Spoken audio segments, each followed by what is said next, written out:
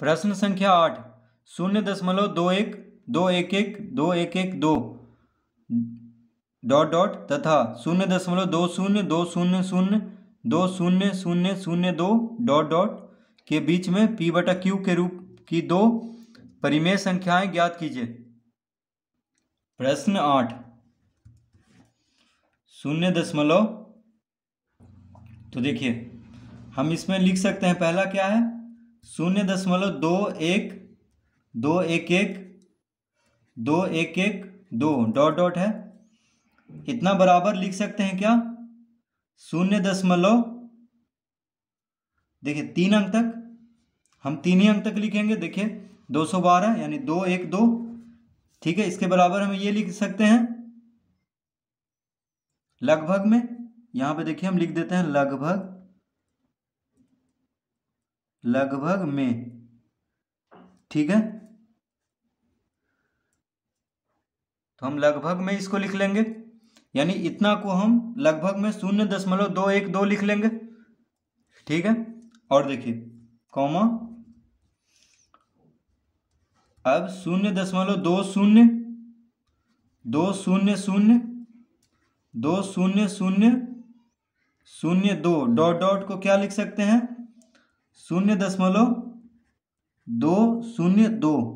देखिए 3 ही अंक तक लेंगे, दशमलव के बाद 3 ही अंक हम ले रहे हैं, यहाँ भी 3 ही अंक लिए 1 2 3 अंक दशमलव के बाद, और इसमें भी 3 ही अंक हम ले रहे हैं, ठीक है। तो ये भी देखिए लगभग में, ठीक है। तो दोनों को हम लगभग में इतना बराबर इतना लिख सकते हैं और इतना बराबर इतना, दशमलव के 3 ही अंक तक, क्योंकि इसका तो अनंत देखिए दशमलव के बाद अपरिमित संख्या बढ़ते जा रहा है, तो हम लगभग में बस 3 अंक ले लेंगे दशमलव के बाद। अब लिखेंगे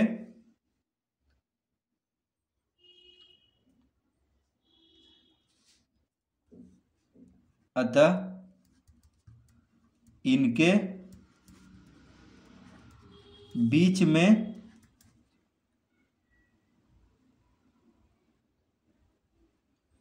दो परिमेय संख्याएं बराबर क्या हो जाएगा, देखिए अतः इनके बीच में दो परिमेय संख्याएं बराबर, अब यहाँ पे 0.212 है, ठीक है। तो मान लीजिए यहाँ पे 212 है, यहाँ पे क्या है 202, तो देखिए 202 छोटा हुआ और 212 बड़ा, तो 202 और 212 के बीच में देखिए 203 204 205 206 207 208 209 210 211 तक है। देखिए 202 और 212 के बीच में 203 से लेके 211 तक है संख्या, ठीक है। इसके बीच में, तो इसके बीच में देखिए हम कोई भी ले लेंगे, तो देखिए जो किताब में जो आंसर दिया उसमें 204 लिया है, 202 और 212 के बीच में 204 लिया है, तो देखिए हम भी वही लेके आपको समझा देते हैं। आप 205 भी ले सकते हैं, 206 भी ले सकते हैं, तो कुछ भी ले सकते हैं, सब सही होगा, ठीक है। तो देखिए 204, तो इसके बीच में हम ले लेते हैं 0.204 यानी 204, ठीक है।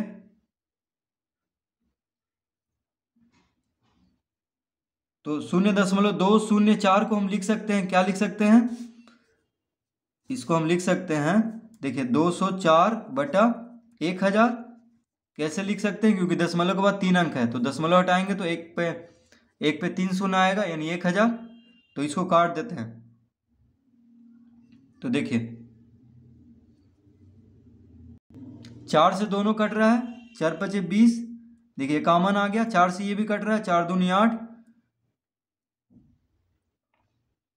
4 दूनी 8, 2 इधर गया, तो 4 × 5 = 20 250, यानी कितना आ गया 51 बटा 250। देखिए एक तो ये आ गया,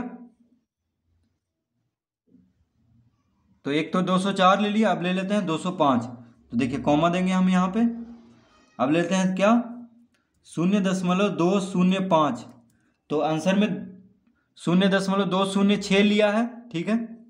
तभी देखिए 2 से काट करके उसको 103 लाया है, तो हम 0.205 ले लेते हैं, क्योंकि 0.205 भी इन दोनों के बीच में ही आएगा, तो ये हो जाएगा 205 बटा 1000, ठीक है। तो 5 से कट रहा है, देखिए 5 चौक 20, 5 से एक बार में, यानी 41/5 से देखिए 5 दूनी 10, 0 0, यानी 41/201 हो गया, और एक हो गया 51/250। तो जो किताब का आंसर है उसमें लिया है 0.206, तो आप वो भी ले सकते हैं या 0.207 भी ले सकते हैं।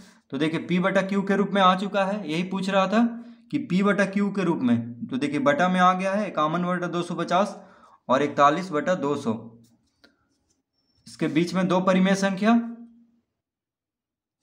तो इस तरह हम इसको हल कर लेंगे।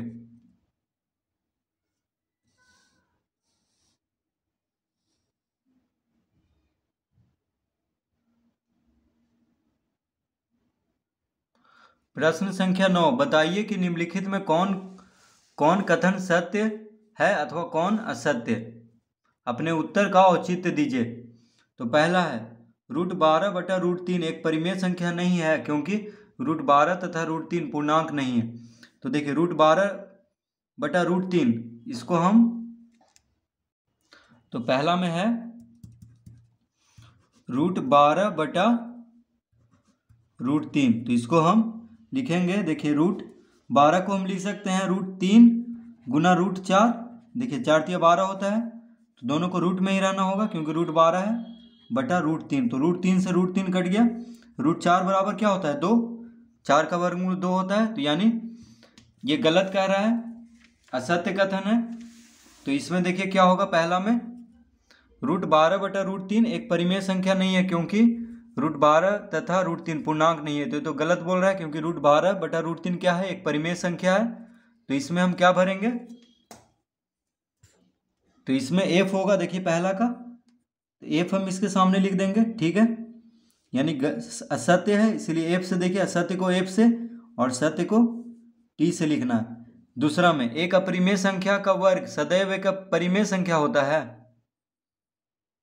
तो दूसरा में कह रहा है एक अपरिमेय संख्या का वर्ग, तो अपरिमेय संख्या मान लीजिए लेते हैं अपरिमेय संख्या √3, तो √3 का वर्ग क्या होगा 3 होगा, ठीक है, क्योंकि √3 गुना √3 तो 3 आ गया, तो 3 तो परिमेय संख्या है, लेकिन यहाँ पे कह रहा है कि एक अपरिमेय संख्या का वर्ग सदैव एक परिमेय संख्या होता है, तो सदैव तो होगा नहीं। मान लीजिए हम ले लिए पाई का वर्ग, तो पाई का वर्ग क्या होगा, पाई का वर्ग कभी परिमेय संख्या होगा ही नहीं, ठीक है, पाई का वर्ग बराबर पाई का वर्ग ही रहेगा, यानी पाई का वर्ग भी कर दे तो भी पाई का वर्ग जो है परिमेय संख्या नहीं होगा, क्योंकि पाई क्या है, एक अपरिमेय संख्या है, तो उसका अगर वर्ग कर दें तो भी वह क्या होगा, परिमेय संख्या नहीं होगा। तो इसलिए दूसरा भी क्या होगा, गलत, यानी इसमें भी हम f लिखेंगे।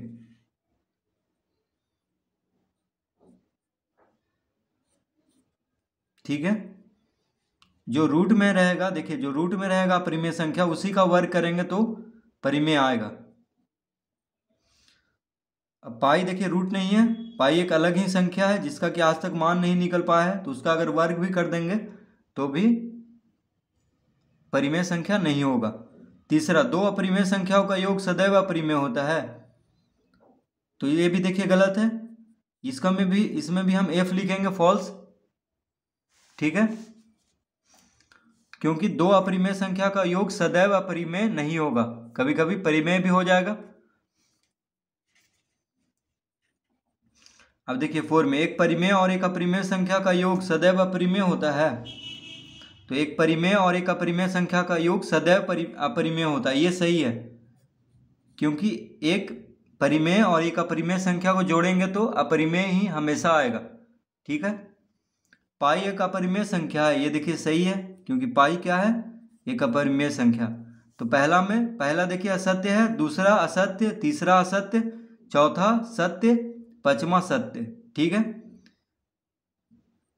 यानी इसमें सिर्फ दो ही कथन सत्य है, चौथा और पांचवा। पहला दूसरा तीसरा क्या है, असत्य कथन है, ठीक है। तो इस तरह से हम प्रश्नमाला 1C हल कर लेंगे।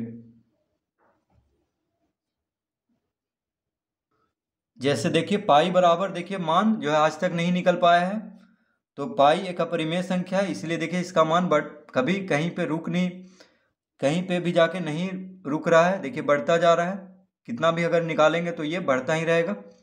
तो अगर इसका वर्ग भी कर देंगे पाई का तो अपरिमेय संख्या ही आएगा। पाई का वर्ग अगर कर देंगे तो क्या आएगा, अपरिमेय संख्या ही आएगा। ठीक है, तो इसीलिए अपरिमेय संख्या का वर्ग सदैव परिमेय संख्या नहीं होगा।